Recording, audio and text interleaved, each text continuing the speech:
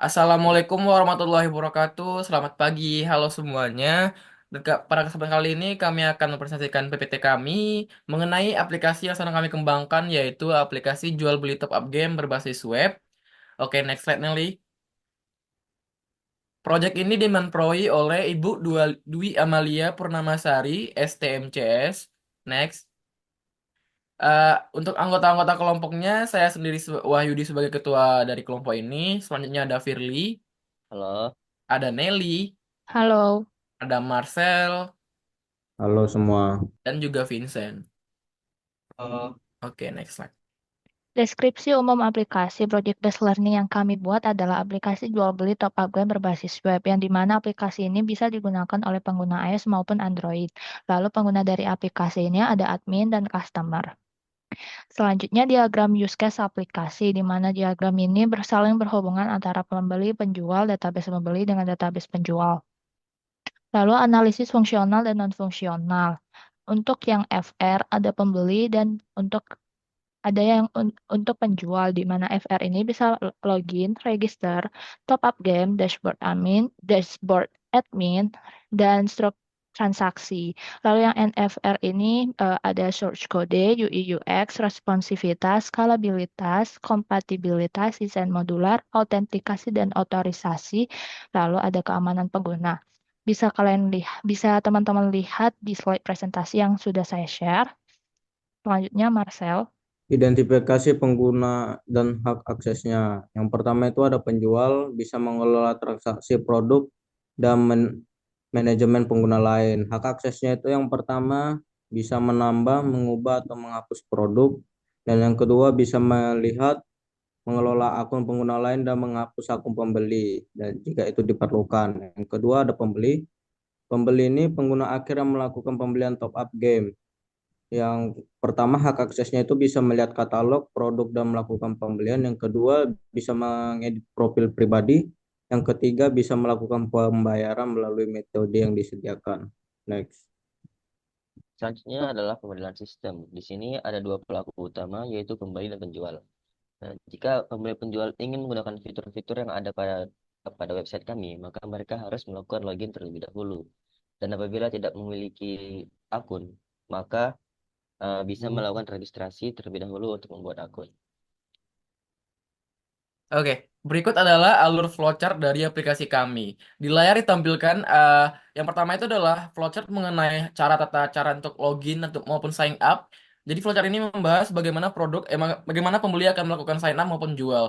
Selanjutnya ketika pembeli dan penjual melakukan login, mereka akan masuk ke halaman web dan akan menampilkan produk yang akan dibeli maupun diedit. Yang ketiga ada fitur edit produk. Ini flowchart ini menjelaskan bagaimana produk ini akan diedit oleh penjual. Oke, next. Selanjutnya ada konfirmasi pembayaran. Jadi setelah pembeli melakukan pembelian itu akan muncul sebuah konfirmasi pembayaran yang akan dijelaskan di flowchart ini. Oke. Kemudian ada tabel database. Bagian ini menjelaskan tempat di mana kami menyimpan semua informasi penting. Seperti ketika penjual dan pembeli melakukan registrasi dengan mendaftarkan nama, email, password mereka yang mana akan disimpan di dalam tabel database. Jadi flowchart ini menjelaskan tentang apa saja yang akan kami simpan di dalam database nantinya. Mulai dari data penjual dan pembeli, kemudian penjual mengelola produk, sedangkan pembeli akan memesan produk sampai tahap resi pembayaran. Untuk tahap lebih lanjut, kalian bisa lihat pada flowchart yang terlampir. Untuk desain antarmuka, untuk halaman utama web kami seperti ini. Ada banner dan ada pilihan produk dan ada tampilan login juga. Next. Dan ini untuk menu daftar dan untuk menu lupa passwordnya. Dan ini menu OTP verifikasi yang melalui emailnya dan ada input password baru. Next. Ini menu profil dan bisa mengedit profil. Next.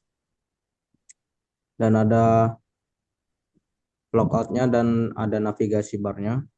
Next. Dan ada halaman produknya dan detail pesanannya.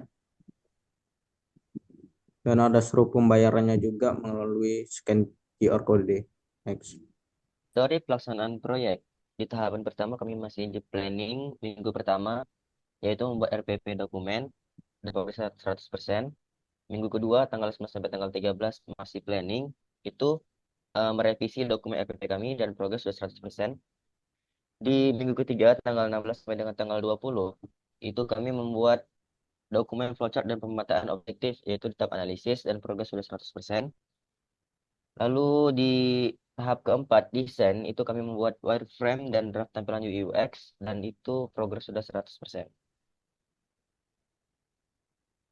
Distribusi yang dilakukan oleh tim kami, mulai dari ketua tim Wahyudi, Nelly sebagai front end, Firly Marcel dan Vincent sebagai back end. Untuk detail lebih lanjut, teman-teman bisa memperhatikan slide ini. Oke, next adalah dokumentasi anggota kami. Pasti kami akan menggunakan dokumentasi-dokumentasi untuk membuktikan bahwa kami telah melakukan kerjasama maupun kerja kelompok mengenai progres dari yang akan kami jalankan. Dan kabar baiknya, progres dari proyek kami ini sudah berjalan sebesar 50%. Kami sudah merencanakan sebuah desain dan kami sudah memastikan bakalan melanjutkan ke tahap pengkodingan pada lanjut nanti. Dan kami juga sudah melakukan banyak revisi dengan Manpro, dosen-dosen yang terkait dengan proyek ini. Oke, next slide. Rencana penyelesaian proyek. Nantinya kami akan melanjutkan implementasi dengan HTML dan CSS dari sisi back-end juga, lalu penyusunan laporan PBL, pengujian aplikasi, evaluasi, dan mempersiapkan presentasi PBL dan video evaluasi akhir PBL. Oke, sekian dari presentasi kami pada pagi hari ini. Saya mengucapkan banyak-banyak terima kasih kepada tim saya sudah mau bekerja sama demi kelancaran dari proyek ini. Sekian, terima kasih. Assalamualaikum warahmatullahi wabarakatuh.